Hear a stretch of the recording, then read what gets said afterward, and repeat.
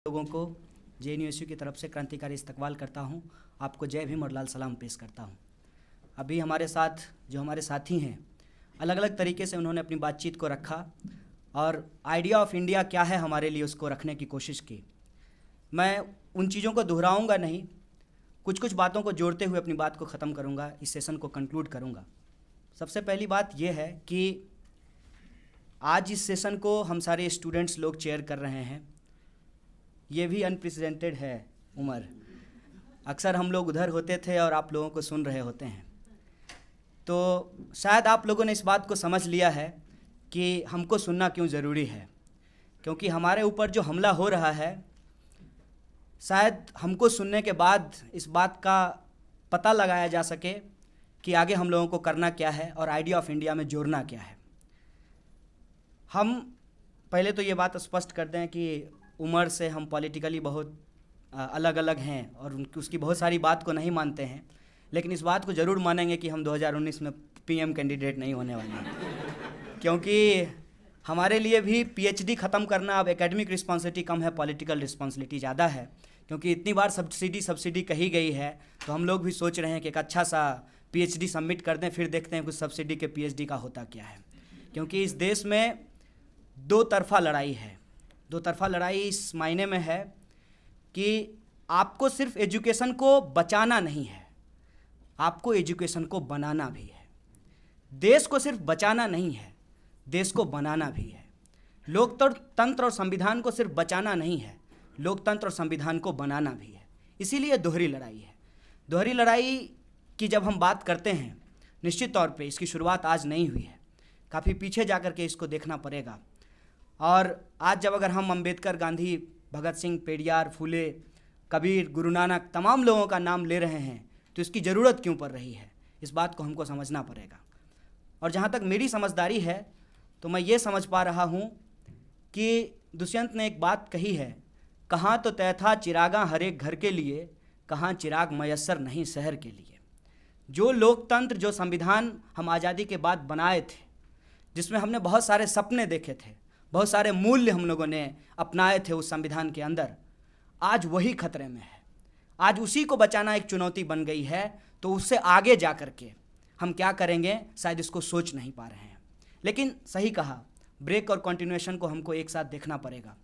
और उस ब्रेक और कंटिन्यूएशन को अगर हम एक साथ देखते हैं, तो हम इस बात को शायद आज पूरी ईमानदारी से कह सकते हैं कि बुर्जुआ डेमोक्रेसी ही बचने वाली नहीं है, सोशलिस्ट डेमोक्रेसी का तो दूर दूर तक पता नहीं है। बुर्जुआ डेमोक्रेसी को ही खुद बुर्जुआजी ख़त्म करना चाहती है। खुद कैपिटलिज्म जो है, जिस डेमोक्रेसी को लेकर के आया था, उस डेमोक्रेसी को वो किल करना चाहता है। तो उसके बियॉन्ड जा कर के सोशलिस्ट डेमोक्रेसी का इमेजिनेशन क्या होगा, इस बात को शायद हम सोच नहीं पा रहे हैं। और इस बात को हम तब भी नहीं सोच पा रहे थे जब ये सिचुएशन आज से 20 साल 30 साल पहले था देश के अंदर, दुनिया के अंदर। उस वक्त भी शायद इसी तरीके का सेमिनार हुआ होगा, उस वक्त भी कुछ लोग आकर के बोले होंगे और कुछ लोग आकर के सुने होंगे, लेकिन इस बात का अंदाज़ा नहीं लगा पाए होंगे कि स्ट्रेटजी को बनाने में डायलेक्टिकली हम लोग हमेशा फेल होते हैं। हम ये तय नहीं कर पाते हैं कि किससे पहले लड़ना है और किससे बाद में लड़ना है, कौन बड़ा दुश्मन है और कौन छोटा दुश्मन है। छोटे दुश्मनों के साथ दोस्ती करके कैसे बड़े दुश्मन को हराया जा सकता है, इस स्ट्रेटजी में हम अक्सर फेल कर जाते हैं। और जो हमारा शुद्धतावाद है, 100% प्योर, ये हमको बार बार फंसाता है। हम यहाँ पे बैठे हुए लोग हैं, एक ही बात कर रहे हैं लगभग, लेकिन पॉलिटिकली हम एक दूसरे से डिफरेंस रखते हैं। हम लोग अलग अलग संगठन के लोग हैं, मार्क्सिज्म को लेकर के अलग अलग समझदारी है। अगर ऐसा नहीं होता तो इस देश के अंदर 70 से ज़्यादा कम्युनिस्ट पार्टियाँ नहीं होती। इस देश के अंदर, इस दुनिया के अंदर पता नहीं कितने तरीके का मार्क्सवाद लिखा गया है। आज हम ऐसे समय में हैं कि अपने डिफरेंसेज और ब्रैकेट को कम ध्यान में रखें, अपनी जो यूनिटी जहां बन सकती है उसको ज़्यादा ध्यान में रखें। ये समय आज हमारे सामने आया है। और इसी हॉल में शायद वो बात मुझे भी बहुत अटपटी लगी थी। सीमा मुस्तफ़ा जी ने एक प्रोग्राम कराया था और AB वर्धन जी बहुत लड़खड़ाते हुए यहाँ आए थे और उन्होंने कहा था कि जब हम लेफ़्ट कहते हैं तो लेफ़्ट का मतलब सिर्फ कम्युनिस्ट पार्टी नहीं होता है। जब हम लेफ़्ट कहते हैं तो लेफ़्ट का मतलब सिर्फ और सिर्फ लाल झंडे वाले लोग नहीं होते हैं। उन्होंने कहा था, इस देश में अगर हम लेफ़्ट को देखेंगे तो उसका 3 स्ट्रीम है। एक सोशल जस्टिस का फोर्स है, दूसरा सोशलिस्ट लोग हैं और तीसरा कम्युनिस्ट लोग हैं। तीनों को मिला करके हम लेफ्ट बोल सकते हैं। और लेफ्ट, डेमोक्रेटिक और प्रोग्रेसिव अगर हम बोलेंगे तब तो शायद बीजेपी के अलावा दूसरी कोई पॉलिटिकल पार्टी नहीं बचेगी जो इस दायरे में ना आ जाए। ये जो हमारा पॉलिटिकल फॉर्मेशन है, इस पॉलिटिकल फॉर्मेशन को हमको सीमेंटेड करने की ज़रूरत है, इसको मजबूत करने की ज़रूरत है। अगर हम इसको मजबूत नहीं करेंगे तो शायद जो है हमारे पास हम उसको भी नहीं बचा पाएंगे और इसको आगे ले जाकर बेहतर बनाने का जो हमारा सपना है वो सपना ही रह जाएगा। ये परिस्थिति, ये चुनौती आज हमारे सामने है। इसीलिए पूरे देश के अंदर जो एक माहौल बना है उसमें जो सबसे महत्वपूर्ण सवाल है वो सवाल क्या है? वो सवाल है शिक्षा को बचाने का सवाल। लेकिन शिक्षा पे ये हमला आज नहीं हुआ है, शिक्षा पे ये हमला बहुत पहले शुरू हो गया था। सवाल ये है कि खुद को कम्युनिस्ट कहने वाले लोग, खुद को प्रोग्रेसिव कहने वाले लोग, खुद को डेमोक्रेटिक कहने वाले लोग तब क्या कर रहे थे? ये बहुत बड़ा सवाल है। पूरे देश के अंदर जब सरस्वती शिशु विद्या मंदिर खोला जा रहा था और बच्चे को सूर्य नमस्कार के साथ अंधविश्वासी बनाया जा रहा था, तब साइंटिफिक टेम्परामेंट करने वाले लोग, रहने वाले लोग क्या कर रहे थे? ये बहुत बड़ा सवाल है।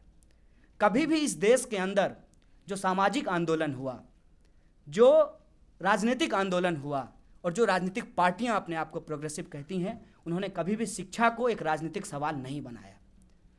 1986 में जब नई शिक्षा नीति आ रही थी, उसी दौरान बिहार के अंदर एक किताब लिखी गई एक वाइस चांसलर के द्वारा, बिहार में ढहते विश्वविद्यालय, हिंदी में किताब लिखी गई थी।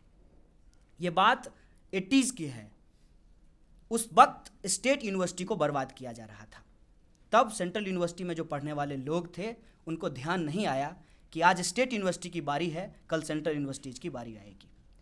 धीरे धीरे करके इस देश के अंदर एजुकेशन को बर्बाद किया गया है। और एजुकेशन को बर्बाद इसलिए किया गया है क्योंकि एजुकेशन के थ्रू ही आप आइडिया ऑफ इंडिया को समझ पाते हैं। और आइडिया ऑफ इंडिया में कुछ बुनियादी चीज़ें हैं आज हमारे सामने जिसको हमको समझना पड़े। आप कहते हैं हम भारत के लोग हैं, वसुधैव कुटुंबकम, बहुत अच्छी बात है, वसुधैव कुटुंबकम, पर किससे लड़ने के लिए आप 6000 करोड़ में लड़ाकू विमान खरीद कर लाए हैं? किससे युद्ध करना है? जब वसुधैव कुटुंबकम की शिक्षा आप हमको दे रहे हैं, भारतीय संस्कृति का गुणगान गा रहे हैं, भारतीय परंपरा का गुणगान कर रहे हैं, तो भारत में तो सहनशीलता रही है। मेल्टिंग पॉट ऑफ रेस कहा जाता है हिंदुस्तान को। दुनिया भर से लोग यहाँ आए और यहाँ की वादियों में, यहाँ के भूगोल में, यहाँ की संस्कृति में रच बस गए। यहाँ से वो वापस नहीं गए, अंग्रेजों को अगर छोड़ दिया जाए तो फिर ये वसुधैव कुटुंबकम अगर हमारा है तो 6000 करोड़ में टैंक क्यों खरीद रहे हैं, लड़ाकू विमान क्यों खरीद रहे हैं? या तो लड़ाकू विमान का जो आइडिया ऑफ इंडिया है कि हम दुनिया का सबसे ताकतवर देश बनेंगे, ये झूठा है, या फिर वसुधैव कुटुंबकम का जो आइडिया ऑफ इंडिया है वो झूठा है। और हमको लगता है कि वसुधैव कुटुंबकम का आइडिया ऑफ इंडिया सच है। ये 6000 करोड़ में जो टैंक खरीदा जा रहा है, ये आइडिया ऑफ इंडिया झूठा है। और इस आइडिया ऑफ इंडिया के झूठ का पर्दाफाश हम इस तरीके से कर सकते हैं कि आप 99 करोड़ रुपए का जो बजट है जिसमें स्टूडेंट्स को नॉन नेट फेलोशिप दिया जाता है पूरे देश के अंदर, वो देने के लिए आपके पास पैसा नहीं है, लेकिन 6000 करोड़ रुपए में टैंक खरीदने के लिए आपके पास पैसा है। हम इस आइडिया ऑफ इंडिया को रिजेक्ट करते हैं क्योंकि हमें ये इंडिया नहीं चाहिए। हमें वो इंडिया चाहिए जिसके संविधान की पहली लाइन है, हम भारत के लोग। अगर उस 6000 करोड़ के टैंक से हम भारत के लोगों का पेट नहीं भरता है, हमको एक आइडिया ऑफ इंडिया पसंद नहीं है, हमको ये आइडिया ऑफ इंडिया नहीं चाहिए। आज हमारे सामने जो सबसे बड़ा सवाल है वो है शिक्षा का सवाल। और सिर्फ शिक्षा का सवाल नहीं है। 3% लोग अगर आज हायर एजुकेशन में हैं, वो पढ़ लेने के बाद भी उनको नौकरी नहीं मिलती है। मैं JNU की ही बात करता हूँ। JNU में एडमिशन हो जाने के बाद लगता था कि लाइफ सेटल हो गया है, क्योंकि जब JNU से PhD करके निकलेंगे तो किसी 80 यूनिवर्सिटी से हमको ऑफ़र आएगा और वहाँ पे जा कर के नौकरी करेंगे। अभी तो PhD करने के बाद एडहॉक पे भी दिल्ली यूनिवर्सिटी रखने के लिए तैयार नहीं है, परमानेंट नौकरी की क्या बात करें। तो शिक्षा के साथ साथ हमको रोजगार के सवाल को भी एक इम्पॉर्टेंट सवाल बनाना पड़ेगा। और सवाल ये है कि पहले तो सबको पढ़ाओ, और ये बात कोई गैर कानूनी, गैर संवैधानिक और एंटी नेशनल बात नहीं है। ये एंटी नेशनल बात इसलिए नहीं है क्योंकि बाबा साहब भीमराव अंबेडकर ने एक संविधान लिखा और उस संविधान में कहा कि अंबानी का बच्चा और जो फुटपाथ के पास जूता सिल रहा होता है, मोची उसका बच्चा, दोनों बराबर है। अगर दोनों बराबर है तो दोनों के अधिकार को बराबर करो। या तो उसके बच्चे को शीशे वाले स्कूल में पहुंचाओ या अंबानी के बच्चे को बोरा वाले स्कूल में लेकर के आ जाओ। हम फंड का सवाल नहीं उठाएंगे। हम फंड का सवाल इसलिए नहीं उठाएंगे क्योंकि फंड और आंकड़ों में हम फंसना नहीं चाहते हैं। हमारे पास एक पॉलिटिकल विजन है। हम सिंपल सी बात कहना चाहते हैं, या तो सबको रसगुल्ला खिलाइए अगर आपके पास पैसा है, अगर आपके पास पैसा नहीं है तो सबको सूखी रोटी खिलाइए। इसमें क्या दिक्कत है? आप इस देश के बजट का इस्तेमाल क्या करते हैं उसको देखने की ज़रूरत है। जितना पैसा आप रक्षा बजट पे खर्च कर रहे हैं उसका 3% काट करके आप शिक्षा पे खर्च कर दीजिए। शिक्षा जो है उसका बजट का 10वां हिस्सा शिक्षा के ऊपर खर्च हो जाएगा। जीडीपी का 6% शिक्षा पे खर्च हो जाएगा, और जब 6% जीडीपी का शिक्षा पे खर्च हो जाएगा, सबको शिक्षा मिल जाएगी, और जब सबको शिक्षा मिल जाएगी तब पता चलेगा कि आइडिया ऑफ इंडिया क्या है। ये आइडिया ऑफ इंडिया कुछ लोग शिक्षा पा करके, कुछ लोग जो प्रिविलेज्ड लोग हैं जिनके पास एजुकेशन है, वो तय नहीं करेंगे। आइडिया ऑफ इंडिया इस देश के अंदर जो सुदूर देहात में बैठा हुआ इंसान है, जिसके पास आज तक बिजली नहीं पहुंची लेकिन कोका कोला पहुंच गया, वो लोग तय करेंगे कि आइडिया ऑफ इंडिया क्या है। हम लोग ऐसे समय में हैं जहां बार बार हमको भुलाने की और भटकाने की कोशिश की जाती है। बस अंतिम बात बोलते अपनी बात को ख़त्म करूंगा कि विद्यार्थियों के ऊपर हमला क्यों है। विद्यार्थियों के ऊपर हमला ये है कि हमारे यहाँ एक बहुत ही पुराना चलन है कि जब कोई महिला विधवा हो जाती थी, उसके हिस्से की जो ज़मीन होता था उसको कब्जा करने पे जो ताकतवर उसके परिवार के लोग होते थे उसकी नज़र रहती थी। तो उसको वो कब्जा कैसे करते, तो उस महिला को डाइन बता देते थे।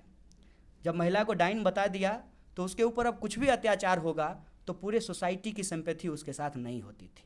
इतने में उसका देवर जो है उसके साथ दुष्कर्म भी करता था, और जब भी वो बोलती थी तो लोगों को यही लगता था कि ये बदचलन है, कुछ भी बोलती है। आज जेएनयू के साथ भी कुछ उस विधवा महिला वाली स्थिति पैदा करने की कोशिश की गई है, और ये इसलिए किया गया है कि आपको पॉपुलर परसेप्शन के अगेंस्ट ले जा करके खड़ा कर दिया जाएगा। पॉपुलर परसेप्शन के अगेंस्ट ले जा करके इसलिए खड़ा कर दिया जाएगा ताकि आपके आंदोलन को डिलेजिटिमेट कर दिया जा सके। आप कोई भी सवाल उठाएं तो उस सवाल के साथ आम जनता कनेक्ट नहीं कर पाए, इसीलिए इतनी बड़ी कॉन्स्पिरेसी की गई है। और विद्यार्थियों को निशाना क्यों बनाया गया है? विद्यार्थियों के लिए कोई निशाना इसलिए बनाया गया है क्योंकि आप हमको इनकम टैक्स में नहीं पकड़ सकते, और प्रमोशन का मसला भी हमारे साथ नहीं है क्योंकि अभी पीएचडी ही ख़त्म नहीं किया है तो नौकरी की चिंता कहाँ से करेंगे। तो ये जो पकड़ने की इनकी कोशिश है ये हमको पकड़ नहीं पाते। इसके साथ साथ एक और दिक्कत है, बड़ी मेहनत से हम लोग पढ़ाई करके जेएनयू पहुँचे हैं, तो जब हम लोग कुछ बोलते हैं तो लोग कन्विंस भी हो जाते हैं। एक बात मैं आपको बता दूं, एक बार एक जनरल एक कविता सुन रहा था, और कविता सुनते सुनते अचानक से उसको गुस्सा आया और बोला कि इस कवि को पकड़ करके लाओ। उस कवि को पकड़ करके लाया गया और उस कवि से पूछा गया कि तुमने ये कविता क्यों लिखी? बोला कि ये कविता हमारे समाज का सच है इसलिए हमने लिखा है।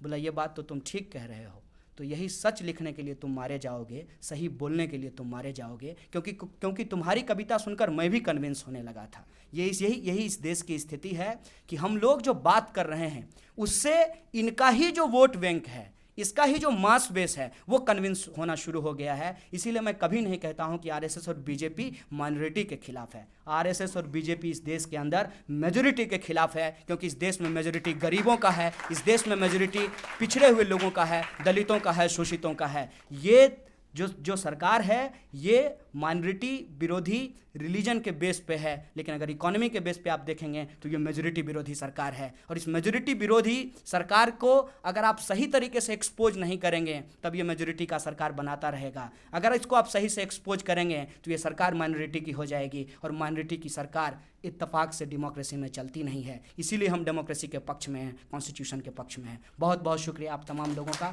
हम लोगों को बोलने का।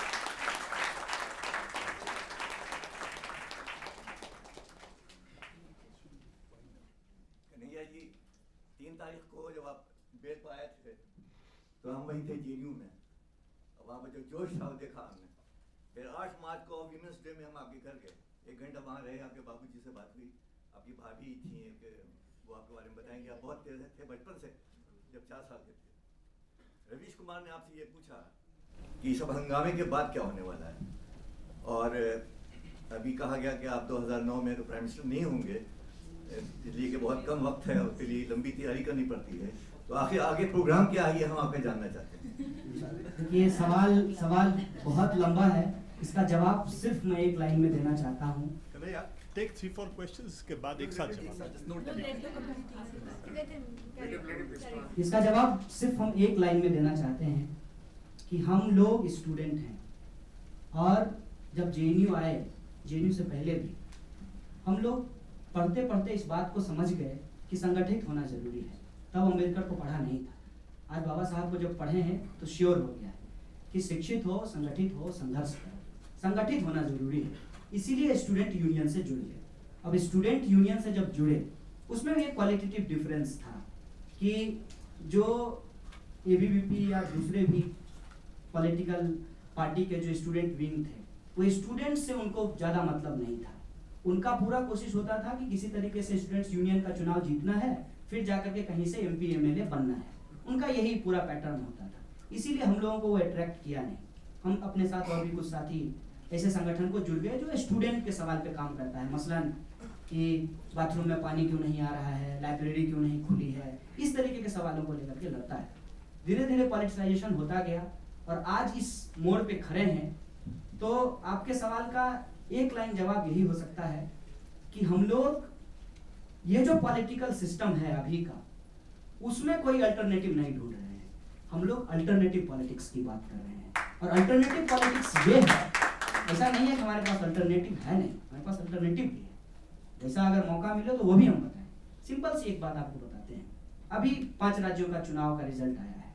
अमित शाह ऐसे बोल रहे थे जैसे आसाम में ना उन्होंने चुनाव जीता हो, तमिलनाडु में भी चुनाव जीत लिया, जहां 372 में से 370 पे उनका जमानत चलता है। लेकिन आप जब उसके परसेंटेज को निकाल करके देखेंगे तो आपको पता चलेगा कि हम इस देश के अंदर हमेशा माइनॉरिटी के सरकार को चुनते हैं। ये जो हमारा first past the post system है, इसका इतना बड़ा प्रॉब्लम है कि number of votes, maximum vote जो है वो वेस्ट चला जाता है। मसलन उस दिन भी हमने एक आंकड़ा दिया था कि 69% लोग मोदी को नहीं चाहते, मात्र 31% लोग चाहते हैं, फिर भी मोदी इस देश के प्राइम मिनिस्टर बने हुए हैं। तो सबसे पहला अल्टरनेटिव हमारा यही है इस डेमोक्रेसी में, अगर हम बात करें कि इस first past the post system को खत्म किया जाए और प्रोपोर्शनल रिप्रेजेंटेशन के आधार पे इलेक्टोरल रिफॉर्म किया जाए। ये अल्टरनेटिव पॉलिटिक्स है। तो हम पॉलिटिकल सिस्टम के अंदर कोई अल्टरनेटिव नहीं ढूंढ रहे हैं, हम अल्टरनेटिव पॉलिटिक्स की बात कर रहे हैं। और जब अल्टरनेटिव पॉलिटिक्स की बात कर रहे हैं तो प्रधानमंत्री बन जाना सॉल्यूशन नहीं है। इसीलिए हमारा कंसर्न है कि इस देश के अंदर लोगों का पॉलिटिसाइजेशन बहुत जरूरी है, और वो हो सकता है शिक्षा के सवाल के साथ, रोजगार के सवाल के साथ, तभी जाकर के कोई राजनीतिक सामाजिक बदलाव इस देश में संभव है। शुक्रिया। इसी से होगा। सब लोगों ने बहुत सालों से गालिब और जालिब को कोट कर ही काम चलाया था, तो अब आंदोलन हो रहा है, ये अच्छी बात है। लेकिन बहुत दिनों से, और वो लोग जो दूसरे दोनों तरफ जुड़े हुए हैं, उनको ये खास समझ में आ रहा है कि सोशल मीडिया पे एक हेट कैंपेन चल रहा है जो दलित और मूल निवासी के नाम से चल रहा है। उसको कैसे हम लोग इनकॉर्पोरेट करें, उसको कैसे रिजॉल्व करें, उसके लिए एक पूरे थिकनेस के साथ उसमें उतरने की जरूरत है, डिस्कोर्स को एप्रोप्रिएट करने की जरूरत है कि वो कहीं छूट तो नहीं रहा है। तो इसके ऊपर क्या सोच रहे हैं? जब बोल रहे हैं जय भीम लाल सलाम, ये कोई इलेक्टोरल स्ट्रेटजी नहीं है कि एक खास सेक्शन का वोट लेकर के चुनाव जीत जाना है। ये हमारा पॉलिटिकल रियलाइजेशन है। मैं इतना बात पूरे दावे के साथ कह रहा हूँ कि हम तमाम लोग, तीनों लोग, मतलब 3 संगठन के लोग हैं यहाँ पे, ये हम सब लोगों का एक पॉलिटिकल रियलाइजेशन है। ये पॉलिटिकल रियलाइजेशन हुआ कैसे? सीमा मुस्तफा जी बैठी हैं, पीछे चिनाय सर हैं, ये लोग एक प्रोग्राम कराए थे श्रीनगर के अंदर, democratic rights of Kashmiri youth. उसमें हमारे साथ महालिंगम जो आपके ऑर्गेनाइजेशन में काम करते हैं वो गए थे, और हमारी काफ़ी बहस हुई थी। वो जेएनयू से हैं, सोशियोलॉजी से उन्होंने पीएचडी किया है, मैं उनका कास्ट नहीं जानता, लेकिन वो इस बात को लेकर के बहुत तंज थे कि वामपंथी लोग दलितों के सवाल को ठीक से एड्रेस नहीं करते। और हम लोग बिल्कुल उसी स्टाइल में, जैसे एक क्लासिकल मार्क्सिस्ट लोग करते हैं कि अपने आप को सही ठहराने के लिए जो दलित पॉलिटिक्स करने वाले लोग जो जेन्युइन सवाल उठाते हैं उसको भी हम लोग एड्रेस नहीं बोलते हैं, उसको रिजेक्ट कर देते हैं। रिप्रेजेंटेशन का सवाल आएगा तो 2-4 नाम गिना करके देखो हमारे पार्टी में ये भी हैं, ये कह करके हम उस सवाल से बचने की कोशिश करते हैं। वहां से ये डिस्कोर्स जो है वो शुरू हुआ, ये मेटेरियलाइज होता है, कल्मिनेट होता है एक सिग्निफिकेंट पॉलिटिकल रियलाइजेशन में जब त्रिलोकपुरी का दंगा होता है। त्रिलोकपुरी के दंगे में जेएनयू के स्टूडेंट्स जाते हैं, हम में से सब लोग गए थे जो यहाँ बैठे हुए हैं, और वहां पे हमने क्या देखा कि दलितों को मुसलमानों के खिलाफ लड़ाया जा रहा है। हमें लगा ये तो अजीब बात है, 2 ऑप्रेस्ड कम्युनिटी, सबसे ज्यादा ऑप्रेस्ड कम्युनिटी को आपस में लड़ा दिया गया है, और जो ऑपरेशन है वो छत पे बैठ करके तमाशा देख रहे हैं। ये बात हम लोगों को हिट की। उसके बाद जेएनयू वापस आकर के हम लोगों ने तय किया कि जो अपने आप को सोशल जस्टिस का फोर्स कहते हैं, ऑल्दो मार्क्सिस्ट भी सोशल जस्टिस के फोर्स हैं, क्योंकि सोशलिज्म जब आएगा तो सबका भला होगा, लेकिन जो क्लेम्ड बात है, जो एक पॉलिटिकल फॉर्मेशन है, जो एक कैटेगराइजेशन है, हमने कहा कि इनके साथ हम लोगों को अलायंस करना चाहिए और स्लोगन होना चाहिए जय भीम लाल सलाम। और ये बात है 2014 के इलेक्शन की, और 2014 के बाद तब तक ये सरकार भी बन करके आ गई थी, और उस दौरान गुजरात के अंदर एक घटना घटी थी। अक्षरधाम ब्लास्ट में जितने भी लोग थे उन सब लोगों को एक्यूटल, वो सब लोग छूट गए थे। उसके बाद हम लोगों ने प्रोग्राम रखा था गुजरात भवन के ऊपर। पहली बार ऐसा हुआ कि जेएनयू से ही हमारे बस को हाईजैक कर लिया गया, वो पहला प्रोटेस्ट था। इस बात का हम लोगों को अंदाजा हो गया कि कांग्रेस बीजेपी में फर्क है, दोनों न्यूलिबरल पॉलिसी को मानती है, लेकिन दोनों में फर्क है। फर्क कहाँ है कि एक न्यूलिबरलिज्म के साथ दंगा नहीं कराएगी, दूसरा न्यूलिबरलिज्म के साथ दंगा भी कराएगी, मतलब गरीबी से भी मरो और दंगे में भी मरो। ये जो दोहरी मार है, इस बात को हम लोग समझ गए थे। इसीलिए हम लोगों ने तय किया कि हम लोग एक यूनिटी एस्टेब्लिश करने की कोशिश करेंगे, और ये यूनिटी एस्टेब्लिश करने का ही नतीजा है कि जब ऑक्यूपाई यूजीसी मूवमेंट में हम लोग थे, उसी दौरान ये रोहित वेमुला वाला इंसिडेंट होता है, और इमीडिएटली मैं और सहला हम सब लोग एचसीयू जाते हैं, और वहां से ही हम लोग तय करते हैं कि हम लोग joint action committee for social justice का फॉर्मेशन करेंगे, जैसा कि हैदराबाद सेंट्रल यूनिवर्सिटी में किया गया। और जेएनयू एसयू के इनिशिएटिव के साथ ज्वाइंट एक्शन कमेटी का फॉर्मेशन दिल्ली के अंदर होता है। उसके बाद हम लोग लगातार प्रोग्राम करते हैं, हंगर स्ट्राइक पे जाते हैं, और इसी तमाम प्रोग्राम के बीच ये सेडिशन और अरेस्टिंग और ये तमाम चीजें हो जाती हैं।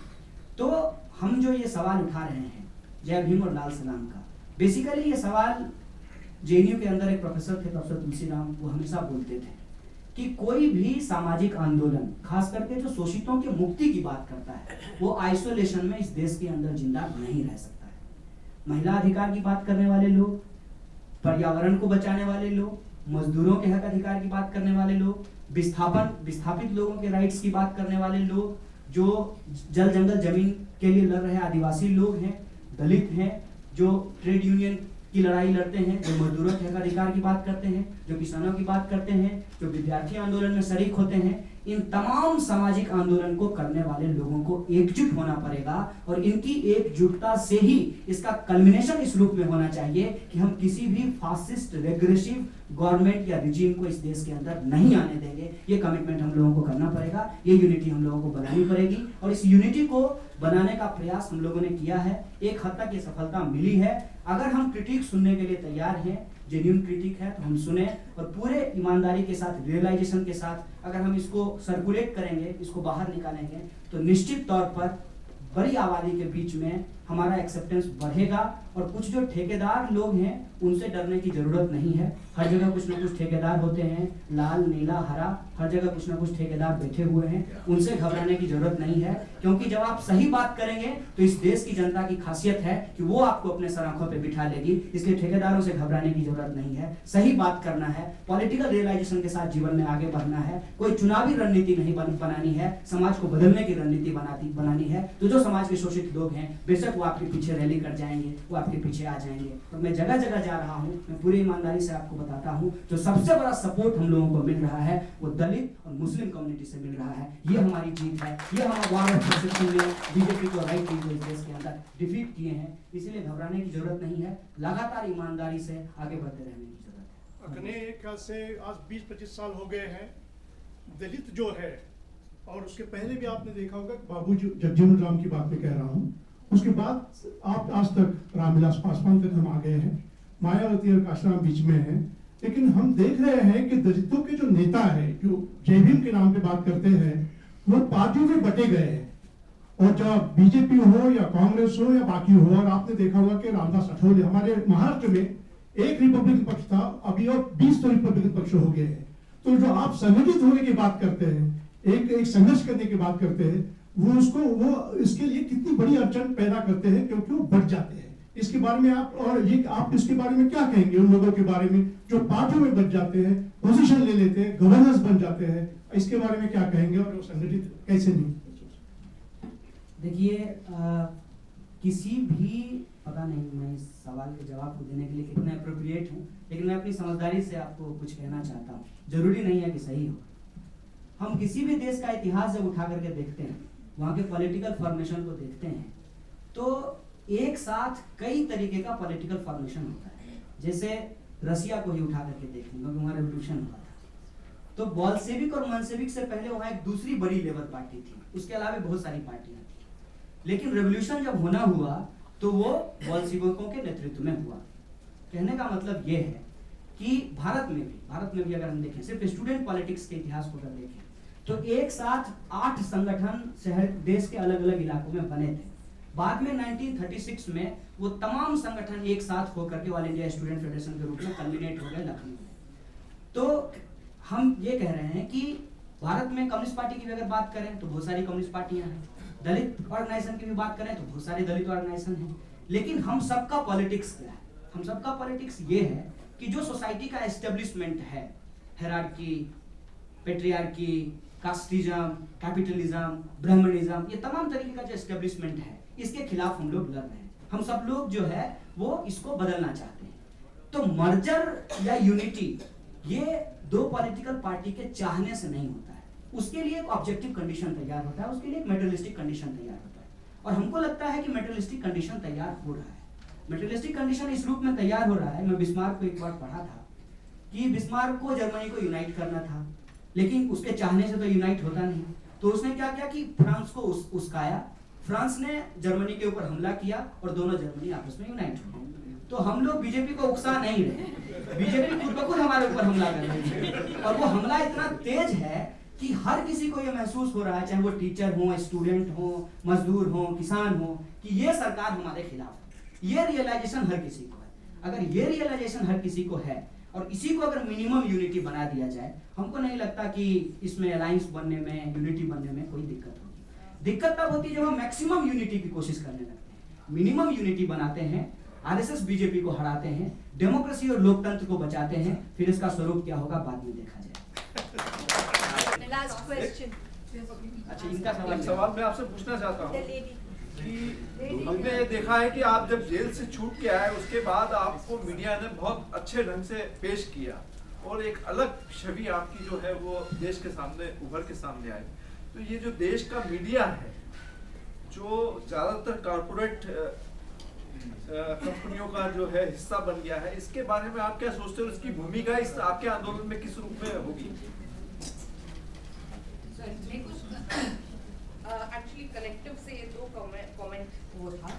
ये जो आप दलितों का बात कर रहे हैं, ये जो अभी रिसेंट जो इंसिडेंट हुआ है उत्तराखंड में, जो एक बीजेपी के एमएलए को, तरुण विजय को पिटाई हुई उनकी, क्योंकि वो एक दलित को मंदिर में ले जा रहे थे, उसका आपका क्या? मेरा बहुत सिनिकल रीडिंग है जो आप कह रहे थे कि वो दलित और मुसलमानों को लड़ाने का उनका वो स्ट्रैटेजी, पर मैं सोच रही कि as a collective what is that incident I have been thinking about it and I just can't place it, क्योंकि वो बहुत शायद नेशनल मीडिया में उतना नहीं आया है, पर वो तरुण विजय को बहुत बुरी तरह से पीटा गया क्योंकि वो दलित को मंदिर में ले जा रहे थे। और दूसरी बात, मैंने कुमार आपका पूरा नहीं सुना है, पर जो चिंटू जी आपने बोला था अबाउट कि अभी जो हमारे अभी हम लोग we are in a undeclared state of emergency, and perhaps I think you, again I didn't hear your entire speech. I think the question who asked is, when wasn't it an undeclared state of emergency for most of the for most section of the society in the country. So because मुझे लगता है कि जैसे जब हम emergency का बात करते हैं और उस बात का करते हैं कि अच्छा वो इमरजेंसी हुआ था और उसके बाद then suddenly there was वो उसको भ्रम हो जाता है कि वो इमरजेंसी खत्म हो गया and all other kinds of democratic principles were happening. So for for चाहे दलित हो जाए, औरतें हो जाए, ट्राइबल्स हो जाए. Okay, yeah.